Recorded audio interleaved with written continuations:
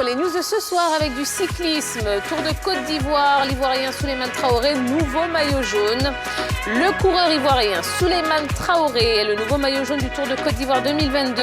Il a remporté la 3e étape de cette compétition disputée ce matin entre Bouaké et Sakassou.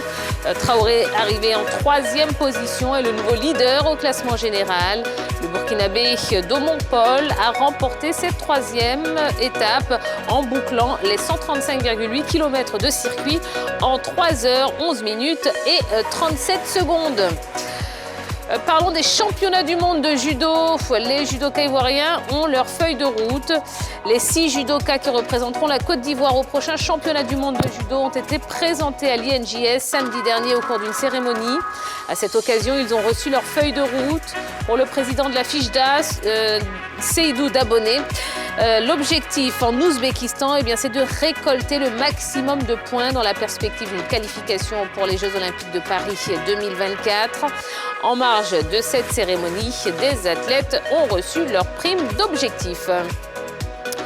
On passe au tennis. ES Bingerville, Diaby El-Mami de retour. Diaby El-Mami effectue son retour au sein de l'ES Bingerville qu'il avait quitté il y a quelques années. Le nouveau patron de l'encadrement technique du club bingervillois a paraphé un bail de 2 saisons. Diaby El-Mami se fera aider dans sa tâche par son adjoint Bakary Koné, ancien gardien de but des éléphants et de la SEC Mimosa. Assiaoussou Conan Pascal s'occupera quant à lui de l'entraînement des derniers remparts. Entente sportive d'Agboville, Djike Pacôme prend l'encadrement technique. Remercié par Mouna FC il y a seulement quelques jours, Djike Pacôme n'a pas mis de temps à se trouver un autre point de chute.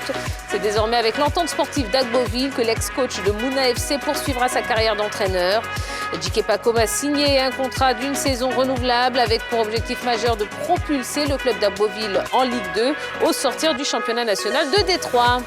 Et enfin, préparation Qatar 2022. Iñaki Williams avec les Black Stars.